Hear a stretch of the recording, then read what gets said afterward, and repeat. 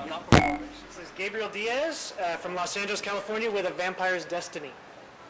How you guys doing?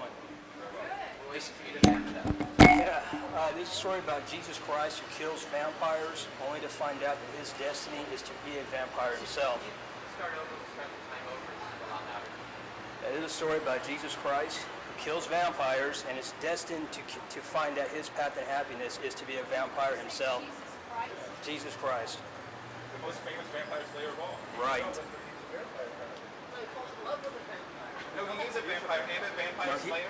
He is Jesus, and he comes down because what happens is Delilah and Cain are the leader of vampires who used to be angels, and before they take their victims out, they lose their faith and they go to hell. So Jesus comes down to put a stop to this, and eventually he takes a normal life as a criminal profiler to get inside the minds of who he's tracking down and hunting. And eventually he makes 12 new friends, and they get really close and tight. He has a normal life. And what happens is eventually he falls in love with Delilah, the female vampire. She has... He becomes a vampire himself. Well, eventually, yes. Well, I'm not very religious, but Yes, I get the sense that maybe Jesus Christ, the vampire slayer, might maybe annoy some people who might be. I would touch this with a 10-foot pole. In the Passion of Christ, that works. Yeah, but they're not disrespecting Jesus. I'm not trying to just... Yeah, but you're calling him a vampire.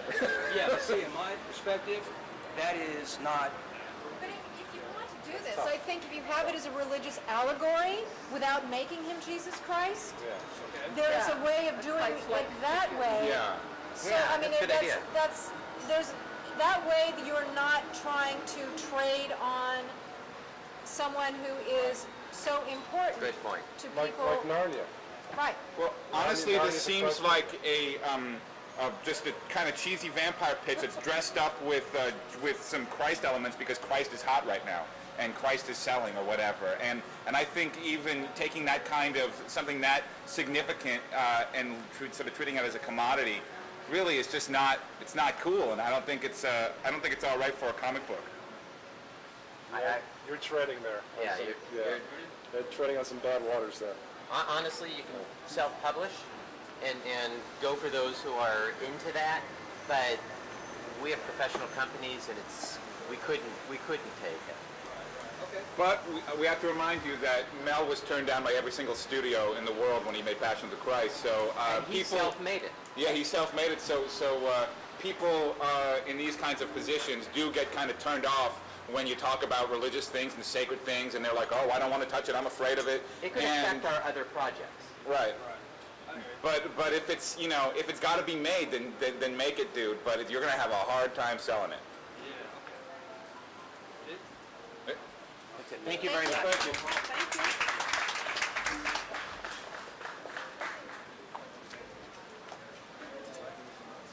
Too much for the heart. I was gonna ask him if he was the son of God, but I didn't tread into that area.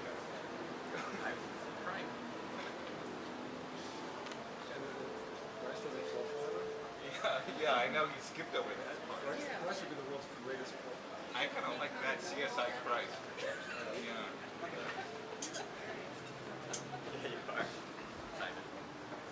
All right, guys, this is Dara Naraki. Yep. From Columbus, Ohio, with the Twilight Order. Hi. My project is a Twilight Order, and basically it is urban magic with a multicultural cast and punk sensibilities. The story involves a diseased city. Oh, sorry. The story involves a diseased city that's feeding upon its own less fortunate, and it's actually saved by this loose-knit mystical order that's made up of society's cast-offs and also the lost disenfranchised. The Twilight Order itself is ageless, it's global, but it doesn't have a headquarters, it's very loose-knit, it has no government backing, it's just basically essentially grassroots mysticism.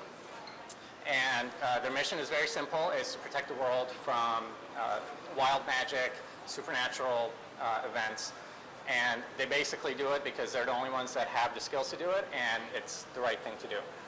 The story itself takes place in Chicago. What happens is an unusual number of transients are turning up dead. The linchpin character is an Iranian-born mystic by the name of Batman, and he's been in the order for decades.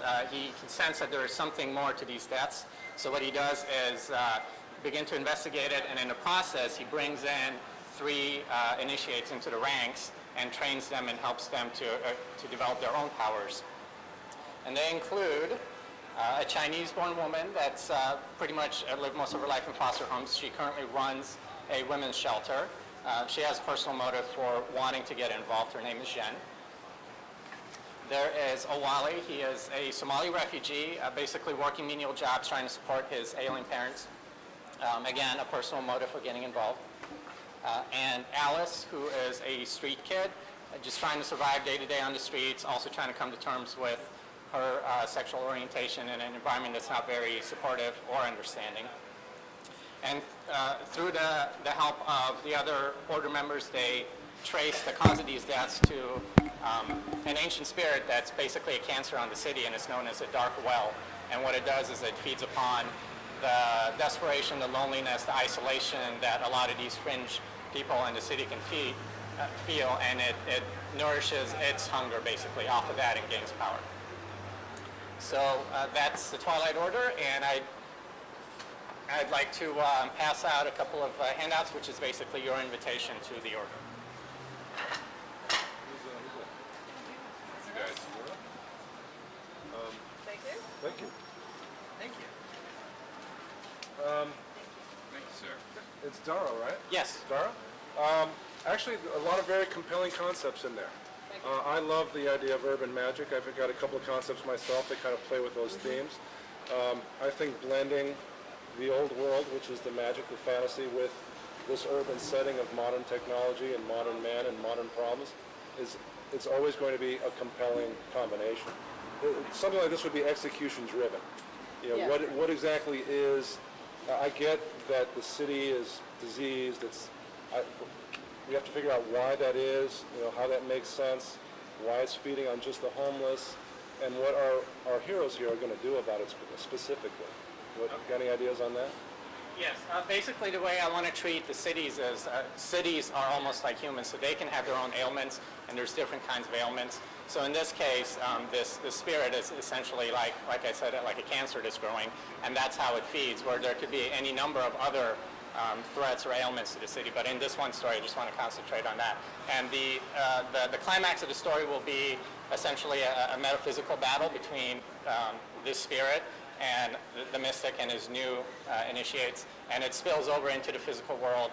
One of the characters ends up dying, but the whole process is to try to save essentially the soul of the city.